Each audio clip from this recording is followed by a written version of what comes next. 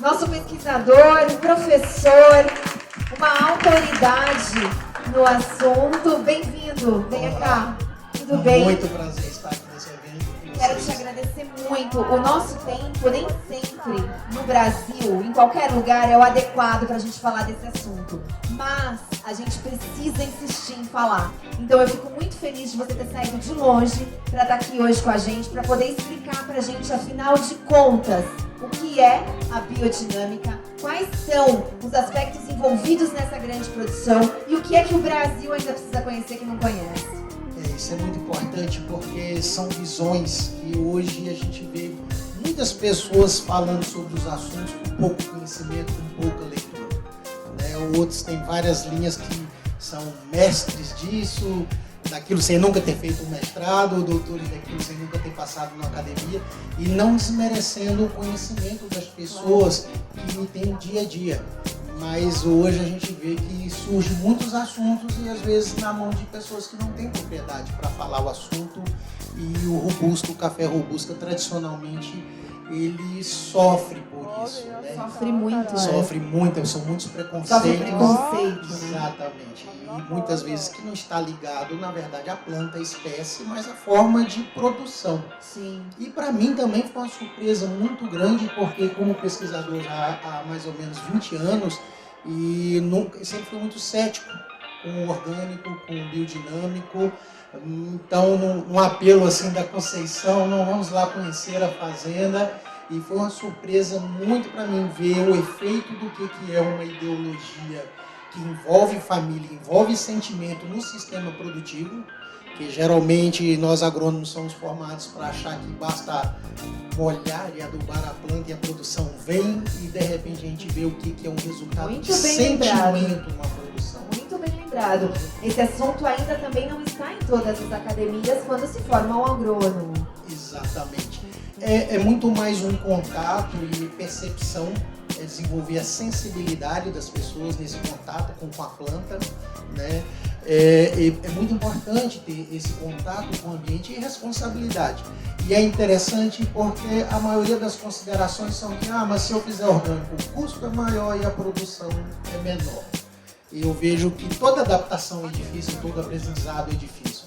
E eu vejo hoje uma fazenda que não deve em nada em produção, em qualidade, às fazendas convencionais. Muito pelo contrário. A gente trouxe depois uma apresentaçãozinha bem curtinha para... Já está com a nossa técnica ali? Tá, né? Joga pra cá se tiver, tá? Tem alguma coisa aí com você? Ou não? Tá com você ainda? Já tá lá, né? Já está lá. Já. A gente consegue jogar aqui enquanto ele fala? A Camila já está esperando lá, nossa chefe. Quero que você prove essa receita muito especial, que ela foi construída com muito carinho para a gente poder utilizar o Robusta também no cardápio dos restaurantes, sabe? Então a gente junta o conhecimento com a oportunidade das pessoas provarem. A hora que tiver ok aqui, você avisa a gente, tá? Pode continuar. Isso, inclusive porque tem algumas coisas que passam batido. Quando a gente fala muito do arábica, é um movimento muito forte. São Paulo se desenvolveu com a cafeicultura muito forte, Paraná também, os estados enriqueceram com a cafeicultura. E o robusta, na verdade, ele vem um pouquinho depois disso aí. Pode colocar o próximo, por favor. Se a gente perceber, a grande dúvida que as pessoas têm é o que é o robusta, o que é a arábica, e é impressionante que quando a gente está no meio de produção, a gente fica muito nessa discussão, e na verdade são espécies diferentes, que vêm de regiões diferentes da África. Então a gente vê que o robusta são de regiões, café, mas é outra espécie. E fica sempre criado uma comparação, que é a mesma coisa de você querer comparar, eu quero saber se goiaba é melhor que laranja. Não tem comparação, as pessoas não gostam das duas formas. Então são espécies diferentes, portanto não se dá para cobrar do robusta que ele tenha um sabor idêntico, não estou falando nem melhor nem pior, mas idêntico ao café arábica. São preferências. É claro que as pessoas criam um hábito e tudo que é novo estranho. Lógico. E a gente tem estranhamento. Pode passar o próximo. Então a gente vê que o Brasil ele produz as duas espécies, são poucos países no mundo que produzem as duas espécies. E a gente tem esse domínio, é um país que consegue hoje fazer um fornecimento, e só nós no mundo hoje podemos garantir que não vai faltar café no mundo. Uau, né? Nós somos o único legal. nós temos um medo muito grande que o chinês que toma uma xícara de café por ano passe a tomar duas. Sim. E o mundo vai ter que dobrar a sua produtividade de café. E só o Brasil pode atender isso. Próximo. Digo. E aí, Que um legal. histórico, só para um contexto, porque eu falo de onde vem essa injustiça muito grande com o Robusta, é que o café arábica, gente, ele já vem, quase 3 séculos, são muitos anos que ele está presente no Brasil. Tem toda uma história e tem que ser respeitado por isso, porque é muito importante, os estados se desenvolveram, o país se desenvolveu muito em cima da cafeicultura. Então a gente vê em épocas, 1727, próximo, pode passar um, dá um clique. Isso, então olha. isso aí é um documentário do Ministério da Agricultura feito em 1940, gente. Olha como é que a cafeicultura tinha toda uma mão de obra muito grande, claro, na época de fartura de mão de obra, café colhido a dedo. A gente pensa que só, né, a gente tem que falar tanto da Colômbia, né, que o café colhe a dedo. Não, o Brasil já fez isso também, mas é porque nós tomamos Olha quanta gente, coisa linda. a gente tomou atitude pela quantidade. Quantas mulheres aqui. Não, e imagina interessante essa imagem que a gente fala, são as senhoras catando para garantir a qualidade do café, né? Olha o trabalho que seria laboroso, gente. Isso é o café brasileiro na década de 40. Uau! Nós estamos falando em 1940 próximo. E aí vem o Robusta, que a espécie chega no Brasil somente em 1912 e só em 71 é que ela se transforma em lavoura. Próximo. Nossa. Então, é uma lavoura hoje muito importante no Espírito Santo, né? A gente é o segundo maior produtor de café do país, com 0,5%, anterior. E mais com a Conilon, 12,2 milhões de sacas de café. É um volume muito grande. Sim. Próximo. E aí, gente, contar uma coisa para vocês. Nada no mundo, absolutamente nada no mundo, em tão pouco espaço de tempo, não tem desenvolvimento tecnológico, seja soja, seja tudo que vocês imaginarem, que se desenvolveu num espaço de tempo tão rápido quanto o Conilon. Para você ver como é que é a síndrome do patinho feio, né? Nada no mundo, em tão pouco tempo, multiplicou por 5 a sua produtividade e olha o crescimento de área em 30 anos. Né? É uma cultura que não veio para desmatar, que veio para acabar com o cara nem nada. Sim. Então é muito desenvolvimento sustentável. Então a gente já tinha saber de observar esse quesito. Próximo. Isso aí é um dado concreto. O Espírito Santo hoje é o único estado da nação que a Mata Atlântica cresce, que não desmata, que não diminui. Nós somos o único lugar que temos um bioma importantíssimo no mundo, um dos 25 que o mundo escolhe para preservar, que está ampliando. E a gente precisa colocar essa nossa imagem lá fora, né? Tirar essa imagem que bate tanto na questão da Amazônia, mas o Espírito Santo, a Mata Atlântica, a gente tentando trazer. E isso tudo em cima de uma cafeicultura que hoje ela não precisa de mais áreas por causa do desenvolvimento tecnológico que teve. Próximo. Então, gente, o Conilon é o maior avanço de ciência. Em termos de produtividade, eu falo assim que para mim, há 20 anos na pesquisa, eu não tenho a menor ideia de como o Robusta vai estar daqui a 10 anos. Eu sei mais ou menos como vai estar o café arábica, por causa dos 300 anos dele, né? Claro. Mas o Conilon a gente não sabe, porque cada vez a gente é uma surpresa, cada vez a gente está vendo que aquilo que pensava que era um café sempre de baixa qualidade ruim, a surpresa tão grande, a gente vê eles tão bem premiados. A surpresa está aqui dentro, tá aqui né? dentro. Então isso para nós é uma surpresa muito grande. Próximo. Então, o que a gente fala, que todo mundo fala que o Robusta é atrasado, né? Então o mestre Ensei que falou isso pra gente, falou, gente, o Conilon não é atrasado, ele é novo. Então toda vez que alguém for fazer um comparativo com vocês, mas o arábica é melhor, eu falo, olha, não bota o vovô para brigar com o netinho, porque o netinho ele é potencial, ele vai crescer, ele melhora a cada dia. Né? Não precisa se fazer essa comparação. Não tem porquê, é riqueza, nós estamos agregando, não estamos vindo a competir. Próximo. Então são lavouras que são bem cuidadas no estado, a produção hoje com facilidade, há 10 anos atrás isso era não dava para imaginar isso, gente. As falava assim, hoje a gente produz 60 sacos por hectare. Atualmente tem lavoura chegando a 180, 200 sacos por hectare. É muito produtivo. Mas importante dizer que aí sim essa produção também tem preço. Hoje, quando a gente vê, a gente começa a perceber o manejo biodinâmico, a gente vê na fazenda Gioli.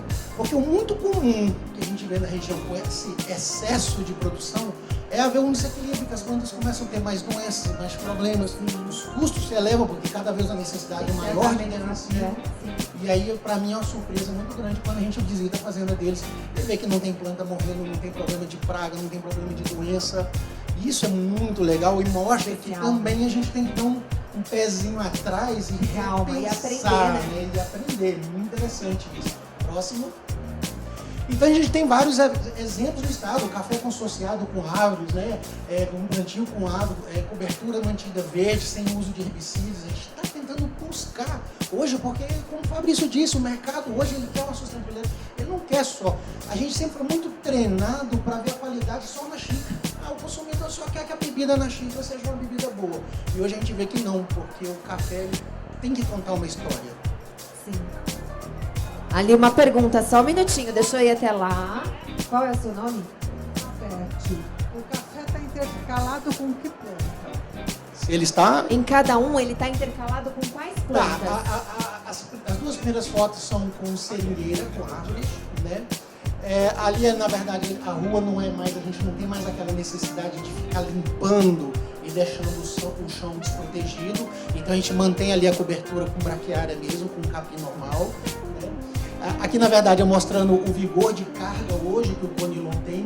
Esse sistema aqui, gente, é um sistema interessante que na beira dos carreadores é aberto essas grandes caixas, que isso retém a água da chuva, para que essa água da chuva não se perca. E com isso, o Estado hoje, a gente recebe um prêmio de produtor de água. O lençol freático começa a se recompor, as nascentes estão cada vez, a gente está aumentando o número de nascentes, porque são feitas no Estado mais de 10 mil, 20 mil na faixa dessas caixas secas que a gente chama, para não deixar com que a água se perca, né? Que ela filtre e seja reservada no solo. Próximo.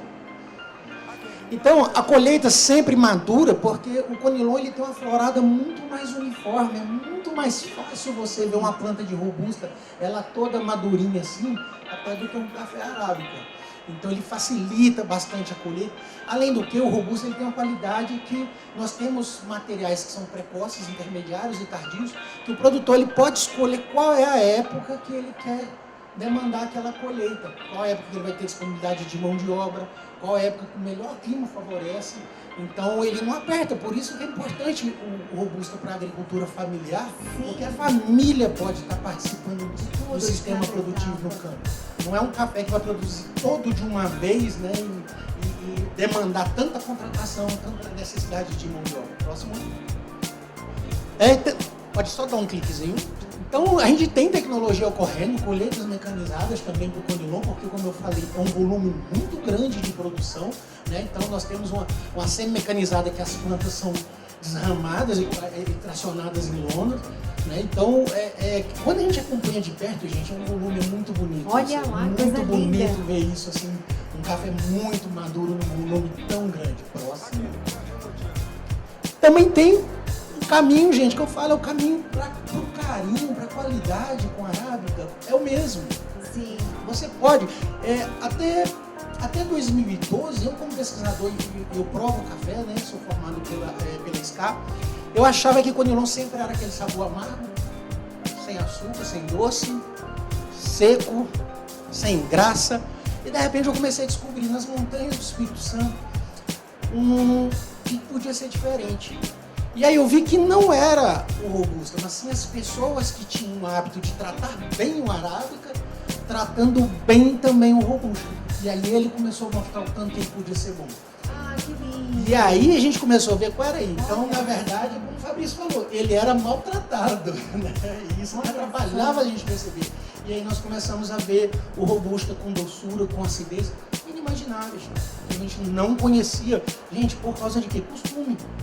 Costume de achar, esse aqui não vale, não pagar a qualidade, joga no chão de qualquer jeito, faz de qualquer jeito. E a gente nunca deu essa oportunidade para esse reconhecimento próximo. E aí, gente, é o desafio que a gente tem hoje, desenvolvimento de padrão superior, fazer vocês descobrirem que o Robusta pode ser superior também. Educação tanto para produtor e consumidor. Está aqui hoje no momento, num evento dessa magnitude, mostrando uma receita com café.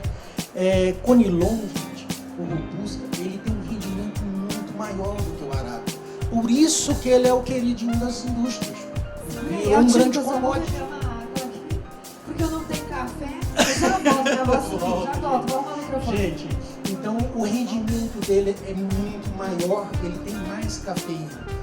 E aí quando eu vejo às vezes baristas reconhecidos, famosos, que falam assim, não, quando você for preparar, é só cuidado porque o Conilon, o Robusta, né, ele é mais amargo. Eu falo, não, ele não é mais amargo, é você que não sabe fazer. Coloca menos pó, é só colocar um pouquinho menos de pó que ele vai dar o ponto do Arábica. A outra coisa que eu falo muito é que nós brasileiros somos muito acostumados com o açúcar da cana-de-açúcar, que tem um gosto peculiar. O europeu, o americano, quando eles percebem a doçura nos alimentos, está muito mais ligado à sensação tátil da língua, a bebida ficar sedosa, é muito mais a salivação, né? É muito mais o despertar do paladar, que faz com que ele perceba que tem doçura. E a gente precisou então deles beber, falando, não, o Conilon ele pode não ter o açúcar da cana de açúcar, que ele quer. Por isso que todo mundo reconhece o Arábica como doce mais fácil, mas quando prova o Robusta e vê o ali, é o contrário, ele tem doçura. Né? Começa a respeitar. Pelo Começa a sabor, respeitar, pelo paladar. Sabe reconhecer melhor, não fica naquela espera de achar o açúcar da cana de açúcar, porque o nosso açúcar é gostoso. Sim. Né? O nosso açúcar ele é saboroso. Né? E aí eu vejo, ó, aumentar a qualidade de produção, a gente tem que institucionalizar o mercado. A Fazenda Giori hoje, ela verticaliza e vai do ponto da produção até o produto final, porque ela viu a necessidade de criar um caminho, que ela teria que verticalizar a produção. Sim. Eu tenho que levar até o meu consumidor. Porque se você simplesmente produz um grande volume e entrega na indústria, a sua identidade desaparece. Com certeza. Né? A identidade desaparece, o seu muitas capricho. vezes o seu modo de produzir, aquele que você vai poder entregar para o outro, né? Como aprendizado, ele desaparece. Como diz, né? E só quem bate a enxada é que sabe que a mão caleja, né? Quem não bate isso no dia a dia não sabe. A gente tem que quebrar esse preconceito que é de baixa qualidade. Eu brinco muito e cito exemplos, né? Que a minha mãe, de vez em quando, ela tinha um pé de giló no quintal de casa e ela refogava e fazia direitinho com manteiga, isso aqui. E eu falava assim, quer dizer que esse alimento feito com tanto carinho não é especial? É especial, feito com carinho, feito com cuidado. Eu gosto de giló? Não, eu odeio. Mas a gente tem que aprender a reconhecer o que é especial pela dedicação e pela qualidade com que é colocada na sua produção. Então, nós temos feijão especial? Nós temos macarrão, molhos especiais, tudo nessa feira é especial. Por que o Conilon não pode ser? Por que todo mundo pergunta, mas só o Arábica que é especial, o Conilon não é? Então a gente vê como que é um preconceito de injustiça mesmo. Então a gente tem que revelar o Robusta fino, que está aqui hoje para vocês. É um café fino, porque... Premiadíssimo.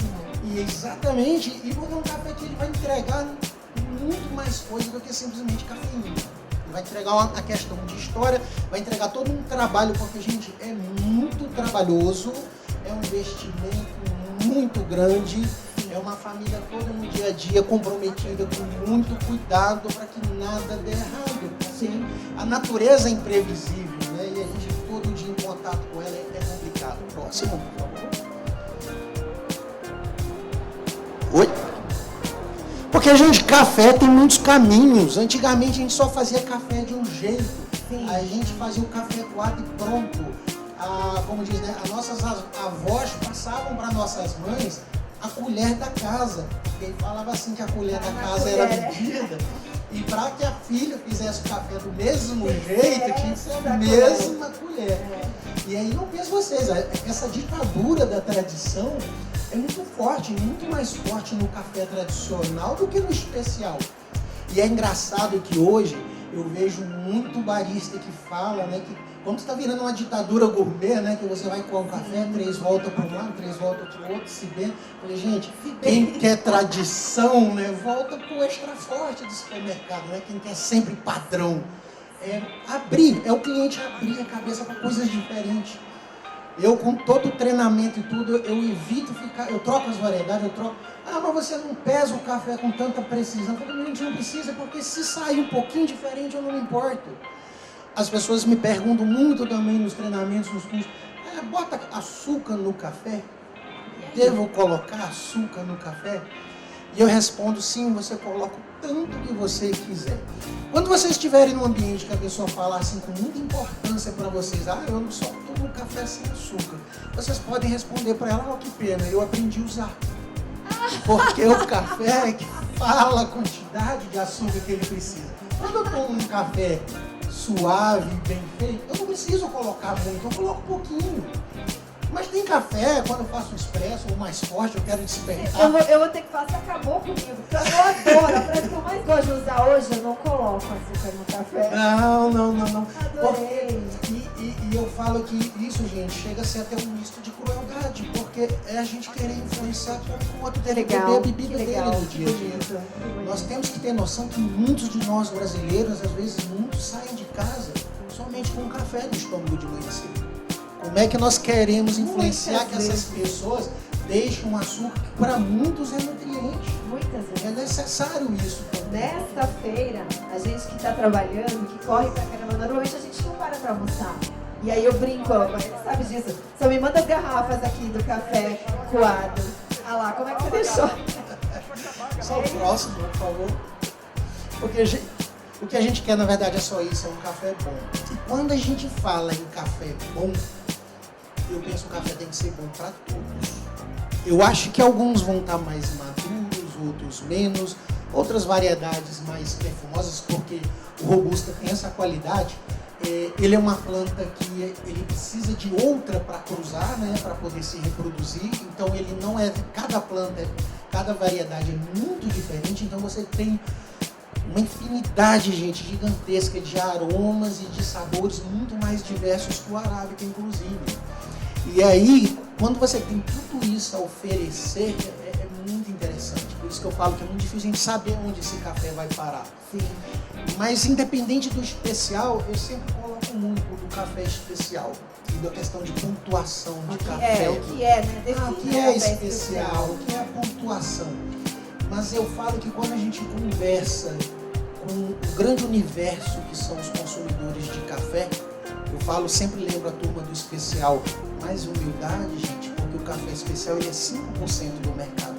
Nós temos que pensar nos outros 95% do mercado e ter responsabilidade que estas pessoas também merecem um café que não faça mal para elas. Um café que leva saúde. Exatamente. E é muito triste que eu vejo às vezes o produtor querendo receber, porque não vale a pena, porque não remunera, eu faço de qualquer jeito. E às vezes, muitas vezes eu apelo para o produtor, para o sentimento cristão dele. Você não pode querer vender um café para o próximo que você e sua família não quer consumir. Não estão tomando. E eu falo então o próximo, por favor. Falou tudo. Né? Esse é o meu contato, gente, à disposição do Incapé. O Incapé é um instituto nosso, como temos aqui o IAC, aqui em São Paulo. Nós estamos no Instituto do Estado, no Espírito Santo. Trabalha na área de desenvolvimento com várias culturas, atendendo a produtores familiares. E a gente sempre tentando estar presente e levando essa mensagem. Foi uma felicidade muito grande ter conhecido essa família no dia a dia de trabalho. Abrir minha mente, como eu falei, 20 anos trabalhando como pesquisador na agricultura convencional e de repente eu encontro alguém que não está fazendo orgânico só para vender mais caro. E eu acho que isso que foi o que mais me atraiu, né? Pelo contrário. É esse compromisso, porque é como eu te falei, eu fico muito triste às vezes quando a pessoa, eu falo assim, olha, você vai ter que se confessar ou o pastor coloca a mão na sua cabeça, porque você quer vender um café mofado, você quer vender um café de fermentação ruim, você quer vender uma coisa que faz mal para as pessoas.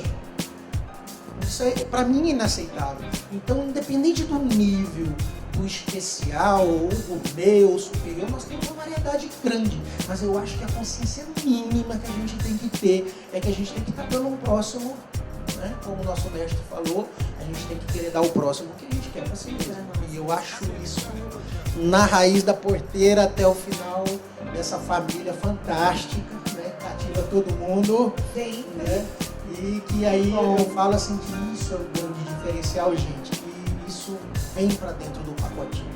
Que que bom te conhecer, que bom poder te dar um microfone, porque a gente batalha muito pra entregar voz pra quem precisa ser ouvido, mas quando a gente ganha assim um banho de conhecimento, como você nos entregou rapidinho aqui, dentro do teu processo todo vindo de longe, a gente também tem que agradecer a vocês. Não, eu que são os agradeço nossos muito. educadores que trazem o conhecimento até a gente, porque o produtor não tem tempo de fazer isso. Ou ele cuida de lá, ou ele cuida de cá. Então que você possa vir, voltar muitas e muitas vezes. A casa é sua, conta com a gente, conta com o jornal. E aí eu queria te convidar muito para provar a receita da nossa chefe. Tudo bem? Combinado? Conilon rende mais, hein? Ela já. Não, ela vai contar, não vou nem falar. Ela já Apaixonou. Fez uma, Ah, eu esqueci de contar uma coisa pra Oi, vocês. conta. Um segredo. Eita! Vocês já viram que muitas pessoas, quando vai, a gente leva a pessoa pra, vou levar você numa cafeteria chique, você vai tomar um café arábica finíssimo. Aí a pessoa toma e fala assim, água de batata, ralo, sem graça. Eu botei no leite, o leite ficou aguado, parece que talhou o leite. O Conilon não faz isso. Ele é o contrário, ele no leite, ele dá mais crema no leite, ele aromatiza o leite, ele compõe as bebidas com leite e com receitas muito melhor. Então, Opa!